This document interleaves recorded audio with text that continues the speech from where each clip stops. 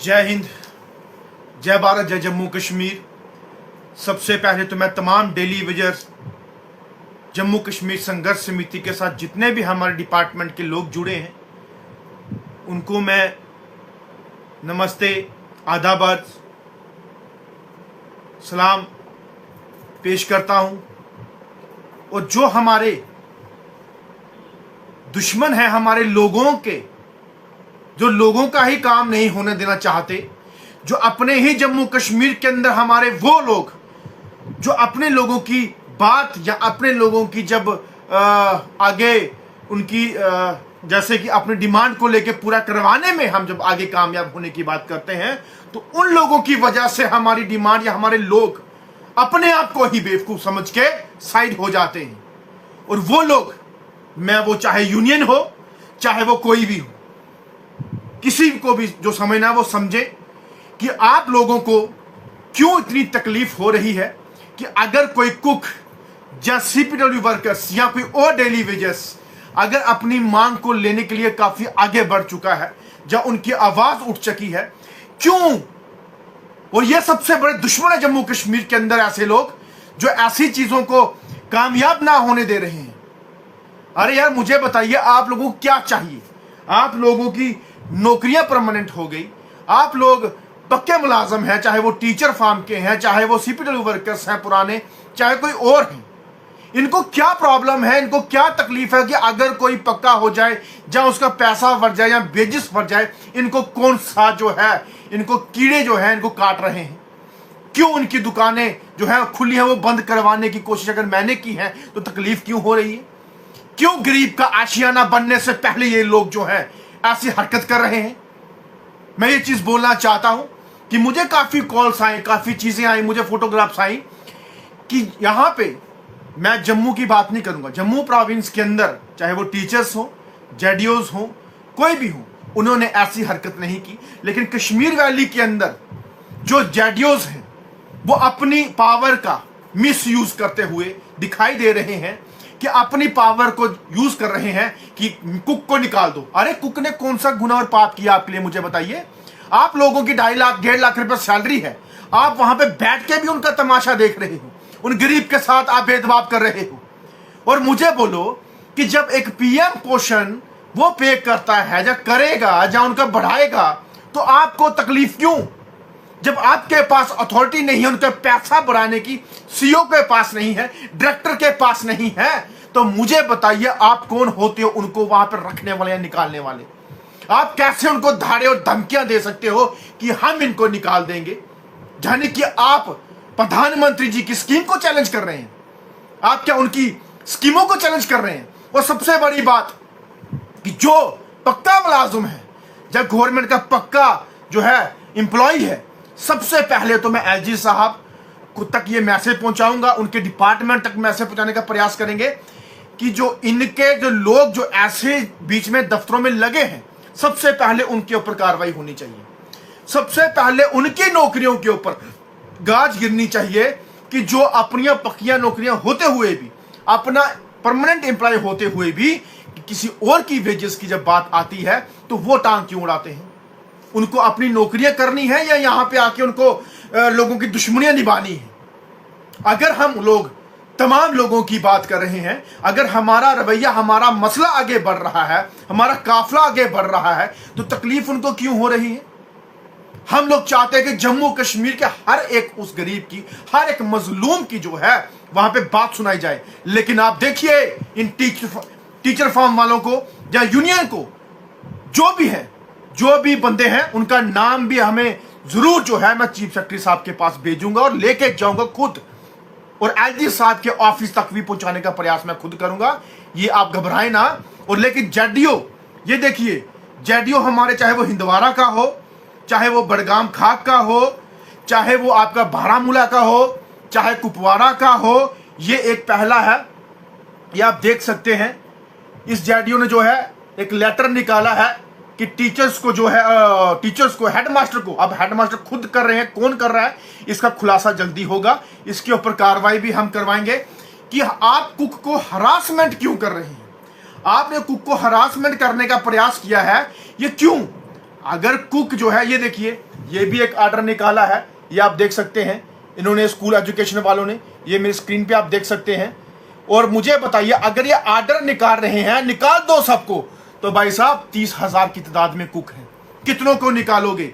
और अगर वो निकले ना, इतनी बात याद रखना, अगर वो निकले तो आप ये ध्यान में रखना कि पूरे के पूरे 30,000 विद फैमिली के समेत उन जेडी उन टीचरों के घरों पे बैठेंगे कि आप पालिए हमारे बच्चे, आप हमें दीजिए तनख्वाह, आप हमें बढ़ाइए पैसे, आप कौन होते हो?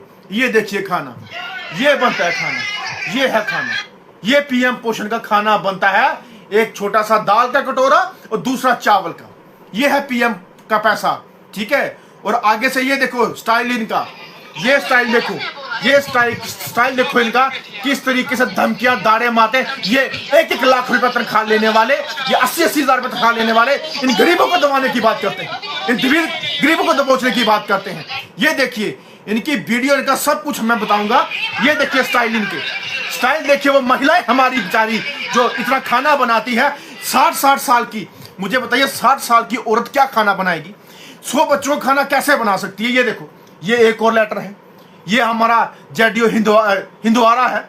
इनको भी पूछेंगे तुम्हें किसने अथॉरिटी दी है कि तुम पीएम पोषण के जो स्कीम्स है उसको चैलेंज करो, तुम प्रधानमंत्री जी को चैलेंज करो। और इनके ऑफिसों के अंदर टीचर खामखा वहां पे बैठे होते हैं, ये बंदों के पास सबूत भी है।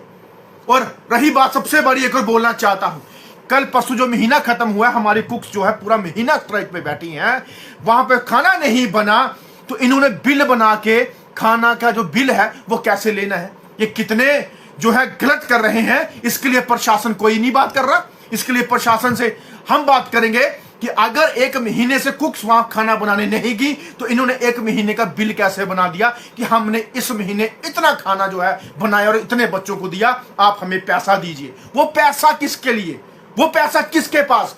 वो टीचर या वो एमडीएम, जहां वो दुकानदार मिलकर पैसा खाते हैं। इसके ऊपर इंक्वायरी में पहले से बोल रहा था कि कीजिए कीजिए। और जो मैंने आरटीआई लगाई है, उस आरटीआई का जवाब अगर हफ्ते के अंदर नहीं आया तो हम लोग जो है हाई कोर्ट से जो है इसके लिए इंक्वायरी इनिशिएट करवाएंगे। हम डिपार्टमेंट के लिए इंक्वायरी इनिशिएट करवाएंगे, जो मैंने करवाया है। और रही बात हमारे जेडीओ टीचर हेडमास्टर, आप लोग चाहते हैं कि गरीब पिसे, गरीब मरे, गरीब दबे, लेकिन आप कामयाब हो जाओ, उनका आशियाना बर्बाद हो जाए।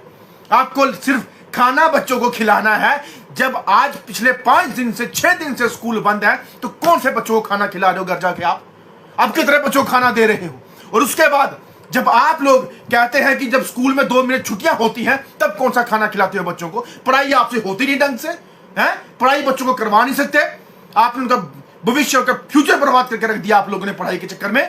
बिल्डिंग आपसे उनकी सीधी होती नहीं है, बाहर आपने ओपन में पढ़ाई कराते हो उनको।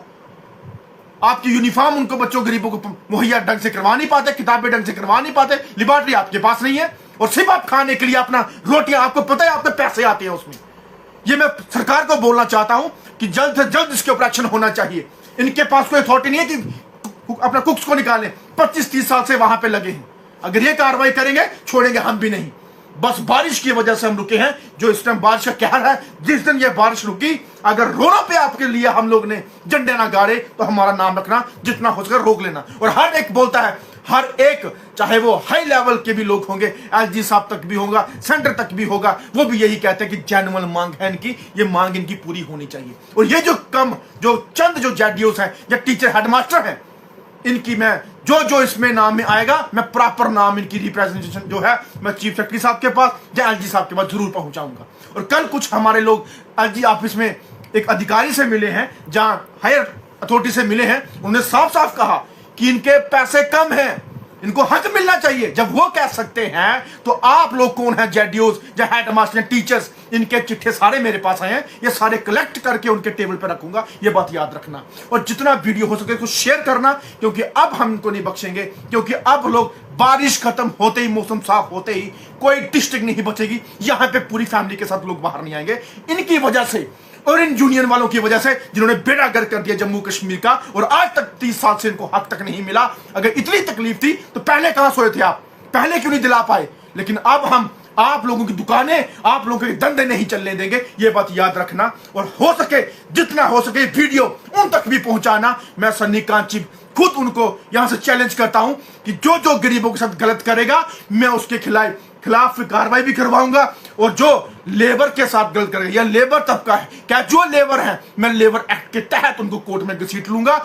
ये मत समझिए कि मैं संघर्ष समिति का चेयरमैन हूं, मैं human right council of India JNK UT chairman भी हूं, क्योंकि हमें पता है कि कानून को किस तरीके से आपके ऊपर यूज करवाना है और हम करवाएंगे।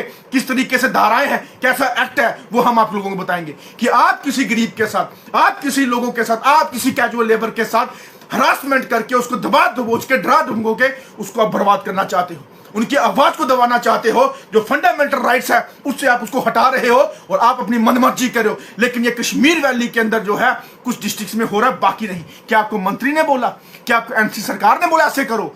मैं LG साहब के पास पूरा चिट्ठा पहुंचाऊंगा और जाओ जो हो सके वो मैं करूंगा, लेकिन आप लोगों को नहीं बख्शूंगा। देखता हूं JDU अब क्या करते हैं, कैसे करते हैं। और जितना हो सके ये वीडियो शेयर कीजिए, उनके तमाम लोगों को तक पहुंचनी चाहिए। और मैं खुद जो है हर अथॉरिटी तक ये वीडियो जो है पहुंचाऊंगा और इनकी असलियत जो है वो खोल के बताऊंगा। जय हिंद, जय भारत।